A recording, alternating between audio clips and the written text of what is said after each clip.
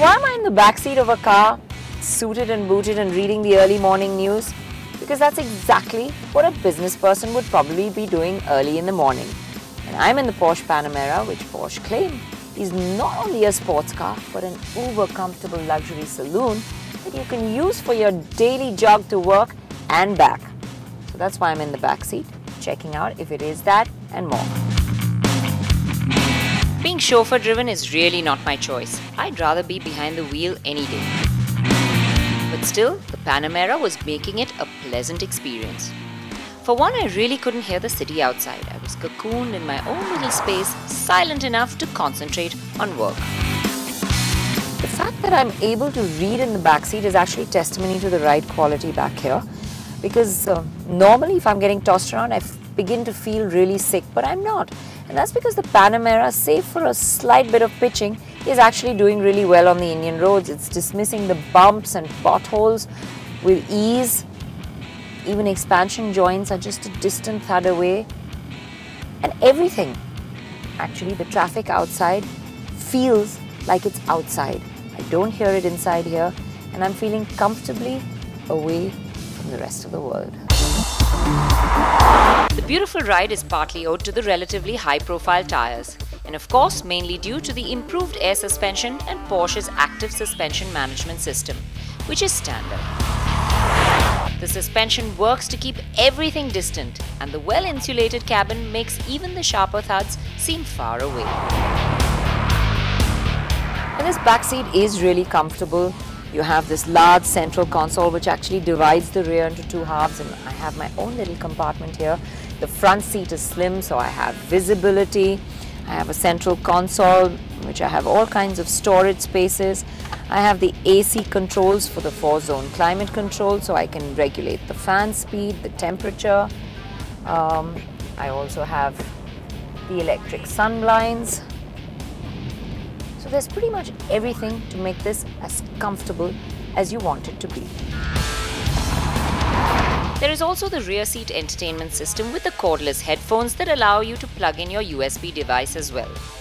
The neat part is how these headphones are stowed away and tucked into a cubbyhole just behind the seat. Handy storage, especially when you're cornering, they don't slide around the back seat. It's a shame then that the car comes with the standard Bose audio that sounds a little tinny. If you want the 1000-watt Burmeister, you will have to shell out extra. Sandeep, time to stop now. Enough of the back seat. Your wish is my command, madam. Well, I have to say I'm not really impressed. Despite all these vents of the AC being directed at me, if you're dressed like me to go to a meeting, it's still pretty hot in our weather at the back over here.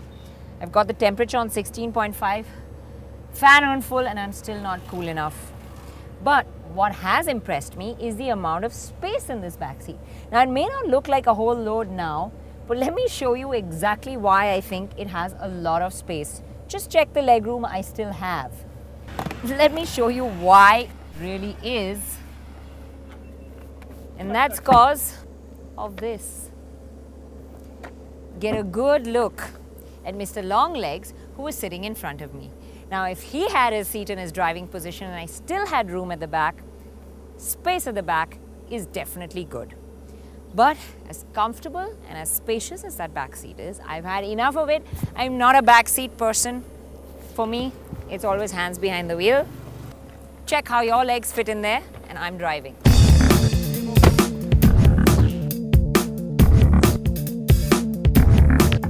Ah, that's more like it. Now let's see if the Panamera retains the sports car thrill that Porsches offer up in magnanimous doses.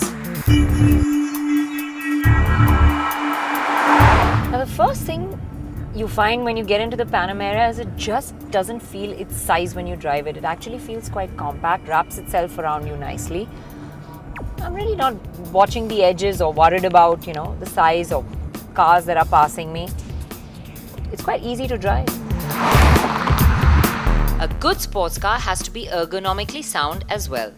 The Panamera had snug front seats, a near vertical steering, and the pedals were perfect for heel toe. So that is definitely a tick in the box. The engine though didn't have that thrilling audio. There's just a sort of a distant growl, and for most parts it feels extremely refined. In fact, we found it hard to believe it was a diesel.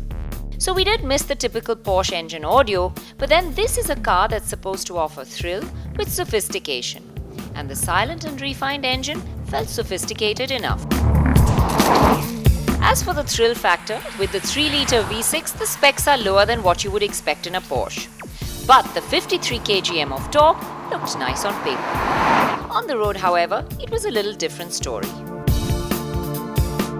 And when it's in comfort mode, it really drives comfortably. It sort of says, hang on, I'm going to take a little bit of my time and then react. Put it into Sport and Sport Plus and then it becomes much better, it becomes much quicker. But still the acceleration is more linear than that kind of shove you back in your seat torque. In fact, the power delivery was too linear to excite us. Now don't get me wrong, you won't have anything to complain about with the 6.6 second 0 to 100, but it just doesn't give you any thrill factor. And after having driven a Boxster, a Carrera 4S or a Cayman, this feels slower and less exciting. But then it is supposed to be a different animal. It's meant to offer smooth motoring to those who want it. Now it didn't offer us the kind of thrill we wanted in performance, but dynamically, it offered bucket loads of it. Put the Panamera around corners and it'll impress you with its handling. Body control is really good, steering is nice and sharp. And for a car of its size, you can tell that Porsche's suspension tuning works really well. And the beauty about it is that it handles so well and still gives you good ride quality. Porsche's arsenal of suspension wizardry works to make this 2.5-ton car feel lithe and light on its feet. It darts into corners like a much lighter car and stays planted no matter what. Even mid-corner bumps don't unsettle it and you can really push on. There's loads of front-end grip and in Sport Plus mode, the car feels terrific. High-speed stability is also fabulous and corners or cruising, the Panamera is as sure-footed as you'd like. The only thing you have to watch out for is speed breakers. It is a little low and you have to take them gently. The other surprise is that there's no spare, no space saver and no run flat tires. So if you do spring a flat, get ready to get that suit of yours down and dirty, because you will have to use the puncture repair kit. Having driven the Panamera a fair bit, I had to stop and ponder. It is the sportiest diesel of its kind, but is it really a sports car? And whilst I stop and ponder, you take a look at the exterior changes. Well, you will have to look hard to see the differences. There's a larger air intake and the headlights are tweaked. The lamps now include daytime running LEDs. The side sills are restyled and the rear windscreen is even more steeply raked than before and ends atop a new boot lid. The most noticeable change, however, is the license plate bracket that has been moved lower. A tighter taillight design and a wider spoiler complete the exterior facelift. Well, after having seen everything and taken in a lot, I was thinking that I felt that the Panamera leans more towards refinement than thrill factor.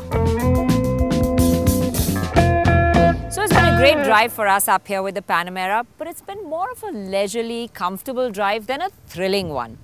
And that's just it, about the Panamera. It offers up the luxury in good measures. Now don't get me wrong, it is quick, but it just isn't exciting, not sports car exciting.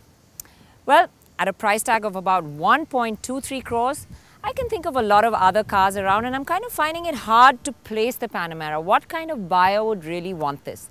Now, if someone is just looking for the Porsche badge, then he could go for the Cayenne. It has 4 doors, it has the space, and it's priced a lot less too.